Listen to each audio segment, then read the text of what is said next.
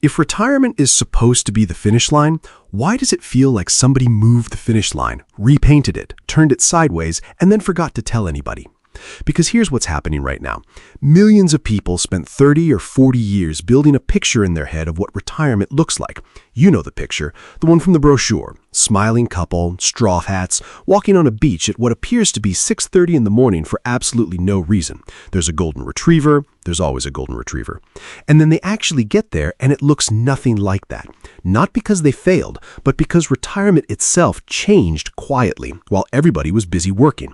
The rules shifted, the behavior shifted. What people actually do once they stop working full-time shifted. And a whole lot of folks are showing up to a party they planned for in 1998 and finding out it's a completely different party. Different music, different dress code. So today we're going through the retirement trends that are catching people completely off guard. Some of these are going to make you nod, a couple are going to make you a little uncomfortable, and at least one is going to make you go find your spouse and say, hey, we should probably talk about something. Let's get into it. Trend 1. Nobody's downsizing anymore.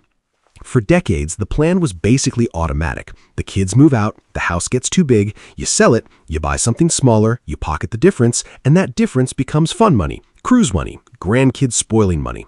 That was the plan. It was in every book, it was on every whiteboard in every advisor's office in America. And people are just not doing it. They're staying put. The house is too big, the stairs are annoying, the yard is a part-time job with no pay, and they're staying anyway. Why? Well, first, have you seen what the smaller house costs? That's the part that broke the math. The whole downsizing strategy assumed the small house would be dramatically cheaper than the big house. But in a lot of markets, the starter home you'd be downsizing to now costs more than what you paid for your current house, adjusted for absolutely nothing. You go to sell your 4-bedroom, you get a great price, you feel like a genius for about 9 minutes, and then you look at the 2-bedroom condo across town and realize the great price you just got is the exact same price of the condo. Congratulations, you've successfully traded square footage for the exact same mortgage payment, and now you can hear your neighbor's television through the wall. Then there's the mortgage rate thing. A lot of people are sitting on a rate that looks like a typo now, 3%, 2 point something. That rate is not an interest rate anymore. It's an heirloom. It's a family treasure. You do not give up an heirloom to move into a smaller kitchen. And then there's the emotional part, which nobody puts in the spreadsheet, but everybody feels.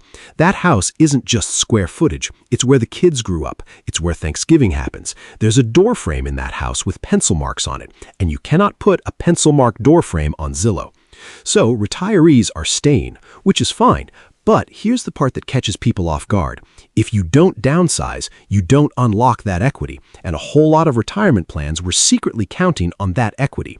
It was the invisible plan B. Well, worst case, we sell the house. If you're not selling the house, you need a new worst case. Trend 2. Unretirement is just normal now.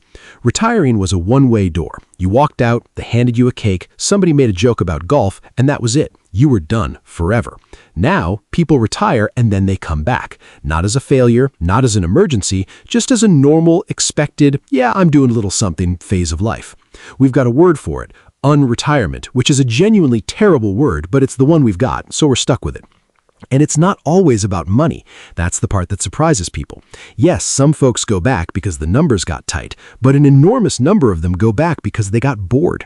They discovered something horrifying in month 4. They didn't actually have hobbies. They had opinions about hobbies. Turns out, those aren't the same thing. Here's the sequence. Month 1 is glorious. You sleep in, you feel like you got away with something. Month 2, you're still riding high, but you've started narrating your day to the dog. Month 3, you know the mail carrier's schedule down to the minute, and you have thoughts about it. You've begun to have a favorite grocery store cashier and a least favorite one, and you could explain why at length if anybody asked, which nobody does. So people go back. But, and this matters, they go back on their own terms. Consulting, part-time, 2 days a week, seasonal work, turning the thing they were good at into a small business where they get to fire clients they don't like, which honestly is the most satisfying financial product ever invented. The trend catching people off guard isn't that unretirement exists, it's that it's the actual plan for a huge number of people, and they didn't realize it until they got there. Trend 3. Retirement is becoming a gradual transition, not a single date. We were all raised on the light switch model of retirement. Working, click, Not working. One day you have a badge, the next day you don't. Sharp line, clean break. That's disappearing. What's replacing it is a dimmer switch. You go from full-time to 4 days, then 3. Then you consult a little. Then you take a season off. Then you come back for one big project because they can't figure out the thing only you know how to do, and you charge them a slightly outrageous amount for it, and you enjoy every second. It's a fade, not a cut. And honestly, it works better. It solves problems the old model never could. The money ramps down instead of falling off a cliff. Your identity gets time to adjust instead of getting yanked out from under you. Your social life doesn't evaporate on a Friday afternoon. And you get to test drive retirement before you commit to it, which is a lot smarter than what most people do, which is quit cold turkey and then panic buy a boat. Here's what catches people off guard, though. Almost every retirement calculator you've ever used assumes the light switch. It asks for one number, retirement age, one single number. But your real life is going to be, I dropped to part-time at 61, took a year off at 64, did contract work through 67, and fully stopped at 69 except for a thing I do in the spring. Good luck typing that into a slider. Trend 4. Retirees are spending more, not less. Okay, this one's the big one. This is the one that quietly wrecks plans. The old assumption, the one baked into basically every projection ever made, is that you'll spend less in retirement, 70–80% of your working income. The logic seems airtight. No commute, no work clothes, kids are gone, mortgage might be paid off. You'll just naturally spend less. Except, why would you? Think about what retirement actually is. It's free time. It is an enormous, unprecedented, wide-open pile of free time. And free time is not free. Free time has a price, and the price is whatever you decide to do with it. You know when you spend the least money in your entire life? When you're at work. You're trapped. You are physically restrained from spending money. The most expensive thing you do all day is a mediocre sandwich. Now take that same person and give them a Tuesday, a completely empty Tuesday. What happens? They go to lunch. They go to Home Depot for one thing and come back with a wheelbarrow. They book the trip. They finally get the good grill. They see the grandkids, and seeing the grandkids is never free. Nobody has ever visited a grandchild and spent $0. It's not physically possible. Early retirement, those first several years, is often the most expensive stretch of a person's entire life. There's even a name for it, the go-go years. You're healthy, you're excited, you've got a list you've been building for 30 years, and you are going to get through that list. And people plan for 80% of their income and then spend 110. And they're not being reckless, they're being human. But the plan didn't have human in it, and that's the problem. Trend 5. Solo retirement is growing fast. Here's one people really don't see coming. A rapidly growing share of retirees are going through this alone. Never married, divorced later in life, and gray divorce is a real rising thing. Widowed, kids far away, or no kids at all. There are a lot of paths to it, and more people are on those paths than ever. And retiring solo is a fundamentally different financial situation. Not worse, different. And the differences are sneaky. Start with the obvious. One income stream instead of two. One Social Security check. If there's a pension, one pension. But the expenses don't split in half just because the household did. The property tax bill doesn't care that you're by yourself. Neither does the roof. Then there's the safety net problem. In a couple, you have a built-in backup. Somebody notices if you're acting strange. Somebody drives you home from the procedure. Somebody catches the scam email before you click it. Somebody says, "Honey, I don't think we should give that man on the phone our account number." Solo, you have to build that net on purpose. It doesn't come free with the relationship. And the people who handle solo retirement well are the ones who treat that as an actual project, a real network of friends, neighbors, professionals, documents, backup plans, instead of assuming it'll just kind of work out. The ones caught off guard are the ones who never planned to be solo, because almost nobody plans to be solo. Life just hands it to you. Trend 6. Flexibility is beating luxury. Now here's a nice one, a genuinely encouraging trend. Retirees are increasingly choosing flexibility over fancy, and they seem to be much happier for it. The old status symbols are losing their grip. The enormous vacation home that requires a second job to maintain. The country club membership you use 4 times a year but keep paying for because you'd feel weird quitting. The luxury car that mostly drives to the grocery store. What people want instead is options, the ability to say yes on short notice, to go somewhere for a month instead of a weekend, to help a kid out when they need it, to change their mind. Because here's the thing about luxury, it's usually heavy. Real luxury comes with obligations. That beautiful lake house, it has a roof. That roof has opinions. And every fixed, expensive commitment you sign up for is one more thing quietly telling you what you have to do next year. Flexibility is light. Flexibility is having enough breathing room in the budget that when your daughter calls and says, "We're doing Christmas in Colorado this year," you say, "Great," instead of, "Let me look at some numbers." The people who figure this out early tend to enjoy retirement more than the people who spent it maintaining stuff. Trend 7. The human capital crisis.